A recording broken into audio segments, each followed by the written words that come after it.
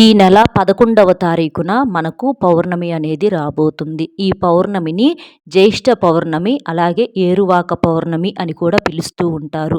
జ్యేష్ఠ మాసంలో మనకు ఈ పౌర్ణమి వస్తుంది కాబట్టి జ్యేష్ఠ పౌర్ణమి అని చెప్పి అంటారు. ఈ పౌర్ణమి రోజున మీరు గుమ్మానికి ఇది ఒక్కటి గనక కట్టినట్లయితే మీకున్నటువంటి కష్టాలు, బాధలు, సమస్యలు, దరిద్రాలు, ఇంటి పరంగా ఉన్నటువంటి దోషాలు అన్నీ కూడా తొలగిపోయి ఆ లక్ష్మీదేవి మీ ఇంటి లోపలికి కోట్ల రూపాయలతో అడుగు పెడుతుంది. ఎందుకంటే ఇంటికి గుమ్మం అనేది అంత ముఖ్యమైనది. మంచి కానీ చెడు కానీ ఏదైనా సరే గుమ్మం లోపల నుంచే ప్రవేశించాలి కాబట్టి అలాంటి గుమ్మానికి మీరు ఇది కట్టడం వల్ల ఆ లక్ష్మీదేవి యొక్క అనుగ్రహంతో మీ సుడి తిరిగి కోట్లు వచ్చి పడటం ఖాయం. ఇది కొన్ని నియమాలతో చేయాల్సి ఉంటుంది. అది ఎలా చేయాలనేది చూసే ముందల వీడియోని పూర్తిగా చివరి వరకు వింటేనే మీకు అన్నీ చక్కగా అర్థమవుతాయి. అలాగే వీడియోకి లైక్ ఇచ్చి సపోర్ట్ చేయండి. ఈ నెల మనకు 11వ తారీఖున పౌర్ణమి రాబోతుంది. ఈ పౌర్ణమి చాలా చాలా శక్తివంతమైనది. ఈ పౌర్ణమిని జ్యేష్ఠ పౌర్ణమి అని కూడా పిలుస్తారు. ఈ పౌర్ణమి రోజున గుమ్మానికి మీరు ఇది కట్టడం వలన ఏంటంటే చాలా రకాలుగా ఉన్నటువంటి సమస్యలు, దోషాలు అంటే ఇంటి పరంగా ఏంటంటే కొంతమందికి వాస్తు దోషాలు ఉంటాయి. ఒక్కొక్క ఇల్లు అసలు అచ్చిరాదు, అస్సలు కలిసి రాదనమాట. అలాంటివన్నీ కూడా తొలగిపోతాయి. ముఖ్యంగా పౌర్ణమి అంటే ఎంత శక్తివంతమైనదో అందరికీ తెలిసినటువంటి విషయమేనండి. ముఖ్యంగా పౌర్ణమి అంటే లక్ష్మీదేవికి ఎంతో ఇష్టమైనటువంటి రోజు. పౌర్ణమి రోజున మనం చేసేటటువంటి పూజలు లక్ష్మీదేవికి అందుతాయన్నమాట. పౌర్ణమి రోజున ప్రత్యేకంగా లక్ష్మీదేవికి పూజలు చేస్తూ ఉంటారు. ఎందుకంటే ఆ లక్ష్మీదేవి యొక్క నిండు అనుగ్రహము, ఆశీర్వాదాలతో మన జీవితంలో వెలుగులు రావటానికి అవకాశం అనేది ఉంటుంది.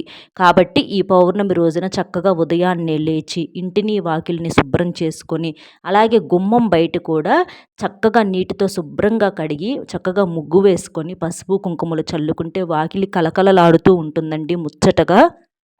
ఎవరైనా సరే ముందు మన ఇంటి లోపల ఎలా ఉందని చూడరండి. లోపల ఎలా ఉందో ఎవ్వరికీ తెలియదు. ముందు ఇంటి బయట అంటే గుమ్మాన్ని మనం ఉంచేటటువంటి విధానాన్ని బట్టి ఆ ఇంటి ఇల్లాలు ఎలా ఉంటుంది, ఆ ఇంటిలో వాతావరణం ఎలా ఉంటుంది, ఆ ఇంట్లో అంటే కలుసుబాటు ఎలా ఉంటుంది అని చెప్పేసేసి ఊహించవచ్చు అనమాట. గుమ్మంలో అంటే ఎవరైతే చక్కగా రోజు చక్కగా నీటితో కడుక్కొని ముగ్గులు వేసుకొని పసుపు కుంకుమలు చల్లుకుంటూ ఉంటారో ఆ గుమ్మాన్ని చూడంగానే ఒక లక్ష్మీ కళ అనేది పడుతూ ఉంటుందన్నమాట. అంటే గుమ్మాన్ని బట్టే మనం ఆ ఇంటి యొక్క స్థితిగతిని అంచనా వేసుకోవచ్చు అనమాట. కొంతమందిని మనం గమనించినట్లయితే కనీసం వాకిలి కూడా ఊడ్చుకొని ముగ్గులు కూడా వేసుకోరు. అది కూడా వారానికో 10 రోజులకో అలా వేసుకునే వాళ్ళు కూడా ఉన్నారనమాట. ఏంటంటే బిజీగా ఉన్నామనో ఏదో ఒకటి చెప్తూ ఉంటారు. కానీ ఎప్పుడూ కూడా అలా చేయకూడదు. గుమ్మం బయట ప్రతిరోజు కూడా చక్కగా నీటితో శుభ్రంగా కడుక్కొని మనం చక్కగా ముగ్గులు వేసుకొని పసుపు కుంకుమలు చల్లుకున్నట్లయితే లక్ష్మీదేవి వెతుక్కుంటూ మరి మన ఇంటి లోపలికి అడుగులు పెడుతుందన్నమాట. ఎందుకంటే లోపల సంగతి చెప్పాను కదండి, తర్వాత సంగతి ముందు కనిపించేది బయటే. అలాగేంటంటే చక్కగా ఇలా చేయాలన్నమాట. ఇక తర్వాత ఇంటిని వాకిలిని కూడా లోపల శుభ్రం చేసుకోవాలి. ఇల్లు తుడిచేటటువంటి నీటిలో కాస్తంత రాళ్ళ ఉప్పు వేసుకొని శుభ్రంగా ఇంటిని తుడుచుకోవాలి. ఎందుకంటే రాళ్ళ ఉప్పు వేసుకొని తుడవటం వలన ఏంటంటే ఇంటిలో ఉన్నటువంటి నెగిటివిటీ, చెడు శక్తులు, ఏదన్నా దోషాలు ఉన్నా కూడా ఆ ఉప్పు నీటి రూపంలో ఏంటంటే తొలగిపోతాయన్నమాట. కాబట్టి అలా చేయండి. ఇక తర్వాత ఏంటంటే గడపకు కూడా చక్కగా పసుపు రాసి కుంకుమ బొట్లతో అలంకరణ చేయాలి. గడప ఎంత చక్కగా ఉంటే లక్ష్మీదేవి అంత ఇష్టపడుతుందండి. గడపకు చక్కగా ఎప్పుడు కూడా పసుపు కుంకుమలతో చక్కగా బొట్లు పెట్టుకొని శుభ్రంగా ఉంచుకోవాలి. గడపల మీద కూర్చోకూడదు, తొక్కకూడదు, నిలబడకూడదు, గడప మీద కూర్చొని తినకూడదు. ఇలాంటివి ఏంటంటే గడపను జాగ్రత్తగా కాళ్ళు కూడా తగలకుండా చూసుకోవాలన్నమాట. ఎందుకంటే గడప అంటేనే లక్ష్మీదేవి అనమాట. అలా చెయ్యాలి. ఇక తర్వాత ఏంటంటే చక్కగా ఆ ఇంటి ఇల్లాలు కానివ్వండి, ఇంట్లో ఉన్నటువంటి పిల్లలు అందరూ కూడా చక్కగా స్నానం అనేది ఆచరించాలి. మీకు కుదిరితే తలస్నానం చేయండి. అలాగే చక్కగా శరీరానికి సున్నిపిండిని పట్టించి ఆ సున్నిపిండితో చక్కగా రుద్దుకుంటే అనారోగ్య సమస్యలు పోతాయి. అలాగే శరీరం కాంతివంతంగా మారటంతో పాటుగా మనకున్నటువంటి దోషాలు కూడా తొలగిపోతాయి. ఎందుకంటే సున్నిపిండి చాలా శక్తివంతమైనది. అలాగే తలస్నానం కూడా కుంకుడికాయలతో చేసే ప్రయత్నం చేయండి. అలా చేయటం వలన ఏంటంటే కుంకుళ్ళు మనకు చేదుగా ఉంటాయి కాబట్టి మనకున్నటువంటి శని దోషాలను తీసేయటానికి చాలా బాగా ఉపయోగపడతాయి అన్నమాట. అలాగే జుట్టు పెరుగుదల కూడా బాగుంటుంది. బాగుంటుంది. ఇక ఇలా చేసేసి ఇక మీరేంటంటే చక్కగా అంటే నలుపు రంగు బట్టలు మాత్రం ధరించకూడదండి. ఇక మిగిలినవి ఏ రంగు అయినా సరే మీరు ధరించవచ్చు. ఇబ్బందయితే ఏమీ లేదు. ఇక అట్లా చేసేసి మీరు లక్ష్మీదేవికి దీపారాధన చేసుకోండి. లక్ష్మీదేవి ముందల మట్టి ప్రమిదలో ఆవు నేతిని పోసేసి పసుపు రంగు ఒత్తులు కానీ లేదా ఎరుపు రంగు ఒత్తులు కానీ చక్కగా వేసేసి ఆ తల్లికి తమలపాకు మీద కానీ లేదా మందారాకు మీద కానీ దీపాలు ప్రమిదలు ఉంటాయి కదా, మట్టి ప్రమిదలు అవ్వచ్చు లేదా వెండి ప్రమిదలు అవ్వచ్చు లేదా ఇత్తడి అవ్వచ్చు, ఇలా ఏవన్నా కానివ్వండి, నేల మీద కాకుండా తమలపాకుల మీద దీపారాధన ప్రమిదలనేవి పెట్టాలన్నమాట. ఎందుకంటే మనము డైరెక్ట్గా నేలను తాకేలాగా పెడితే ఏంటంటే ఆ వేడికి భూదేవికి కోపం వస్తుంది. కాబట్టి ఎప్పుడైనా సరే ప్రమిదలు మనం దీపారాధన చేసినప్పుడు ఆకు మీద పెట్టాలి. ఇది శాస్త్రాల్లో చెప్పడం అనేది జరిగింది. ఇక అలా చేసేసి ఆ తల్లిని చక్కగా గంధము కుంకుమలు అలాగే పుష్పాలతోటి అంటే ఎరుపు రంగు పుష్పాలు అవ్వచ్చు లేదా తెలుపు రంగు పుష్పాలు అవ్వచ్చు, ఇలా తామర పుష్పాలు అవ్వచ్చు. తామర పువ్వులంటే లక్ష్మీదేవికి ఎంతో ప్రీతికరం అండి. అలాగా తామరాకు మీదైనా మీరు దీపాన్ని వెలిగించవచ్చు. ఇలాగ మనం ఏంటంటే ఆ తల్లికి ఇష్టమైనవి అన్నీ కూడా మనం అర్థం చేసుకుంటా మన శక్తికి తగ్గట్లుగా చేసుకుంటా వెళ్ళినట్లయితే ఆ లక్ష్మీదేవి తల్లి యొక్క అనుగ్రహం అనేది మనకు పుష్కలంగా ఉంటుంది. ఎందుకంటే ధనానికి ఆది దేవత అంటే లక్ష్మీదేవే కాబట్టి ఎప్పుడైనా సరే ఎంతసేపటికి రెక్కల కష్టమే కాదండి, కష్టంతో పాటుగా కలుసుబాటు అనేది కూడా ఉండాలి. అది ఉన్నప్పుడు మాత్రమే జీవితంలో మనం అనుకున్నది సాధించుకునే అవకాశం అనేది ఉంటుందన్నమాట. అది లేనప్పుడు ఏంటంటే అంతా శూన్యంగా ఉంటుంది. ఆ కలుసుబాటు కోసం ఆ తల్లి యొక్క అనుగ్రహం అనేది తప్పనిసరి. కాబట్టి అంటే చూడండి, కొంతమంది ఎంత సంపాదించినా కూడా డబ్బంతా నీటికిలాగా ఖర్చు అయిపోతుందండి, మాకు వృధా ఖర్చులు ఎక్కువగా ఉంటున్నాయి, చేతిలో రూపాయితో రూపాయి నిలబడదు, మా దగ్గర అసలు లక్ష్మీదేవే ఉండదండి, మాకు అప్పులు చేయాల్సినటువంటి పరిస్థితి వస్తుంది, ఇంట్లో కనీసం అవసరాలు కూడా తీరట్లేదు, ఇంట్లో ఎప్పుడు చికాకులు గొడవలు, భార్యాభర్తల మధ్య అస్సలు సంతోషం అనేది లేదండి, ప్రేమానురాగాలు లేవు, పిల్లలు మాట వింటలేదు, ఇంటి పరంగా అస్సలు కలిసి రావటం లేదు, ఏంటోలేండి మా సమస్యలు, అంటే మింగలేక కక్కలేక అలా ఉంటున్నాము అని చెప్పేసి ఎంతో బాధపడిపోతూ అల్లాడిపోతూ ఉంటారనమాట. కాబట్టి ఏంటంటే ఇంట్లో ఏదన్నా దోషాలు నెగిటివిటీ ఉన్నప్పుడు ఇలాంటివన్నీ జరుగుతూ ఉంటాయి.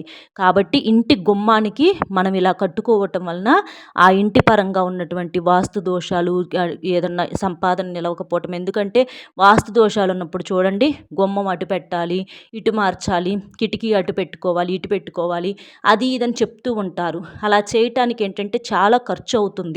అవి చేసే అంత స్తోమత అనేది మనకు ఉండదు. కాబట్టి అలాంటివి ఏమీ మార్చకపోయినా కూడా ఇంటి పరంగా మనకు బాగా కలిసి రావాలి అంటే మనకి ప్రత్యేకమైనటువంటి పౌర్ణమి తిథుల్లో చేసేటటువంటి పరిహారాలు అనేవి బాగా ఉపయోగపడతాయి అన్నమాట. కాబట్టి ఈ రోజున కూడా మీరు చక్కగా గుమ్మానికి ఇలా కట్టేసేసేయండి.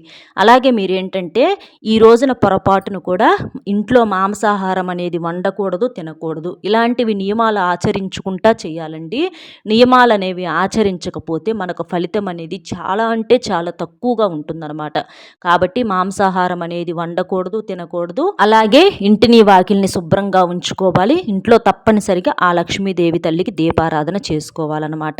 ఆ తల్లి ముందల ఒక 2 అరటి పండ్లు కానివ్వండి లేదా ఒక చిన్న బెల్లం ముక్క కానివ్వండి, ఇలా ఏదో ఒకటి మీ శక్తికి తగ్గట్లుగా నైవేద్యంగా సమర్పించుకోండి. ఈ మూట అనేది ఎప్పుడు కట్టుకోవాలి అని అంటే మీరు సాయంత్రం సంధ్యా సమయం నుంచి అంటే సుమారు 5:45 ప్రాంతం దగ్గర నుంచి మీరు రాత్రి 9:45 10 గంటల వరకు కూడా ఈ మూటను కట్టుకోవచ్చు. ఎందుకంటే అసలు ఈ రోజంతా కూడా మనకు మంచి సమయమేనండి.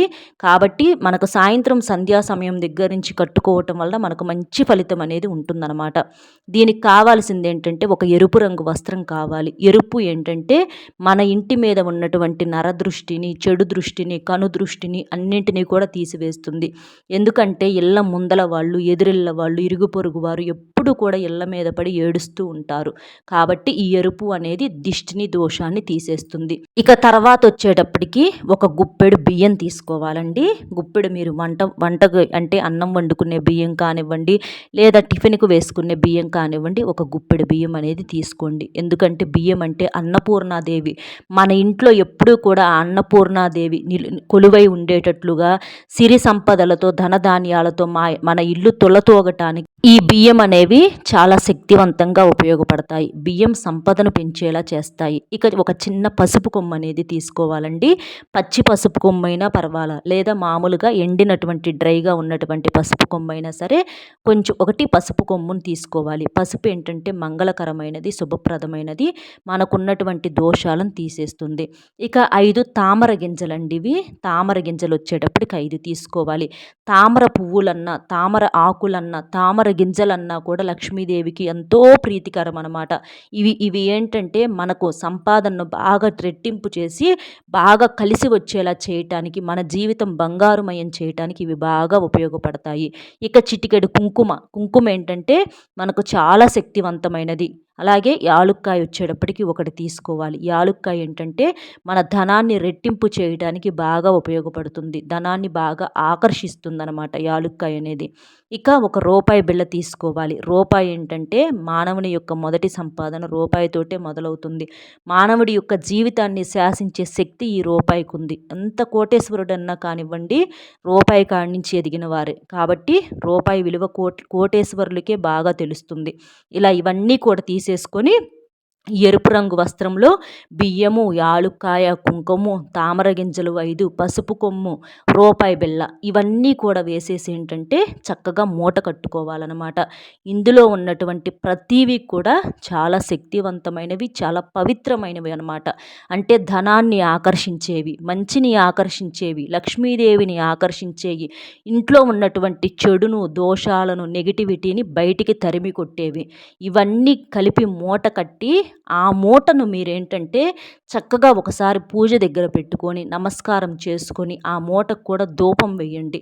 అంటే సాంబ్రాణి పొగ అలా వేసి చూపించండి. అలాగే హారతి కర్పూరం కూడా చక్కగా వెలిగించి హారతి ఇవ్వండి. అలా చేయటం వల్ల ఏంటంటే చాలా శక్తివంతంగా మారుతుంది ఈ మూట అనమాట.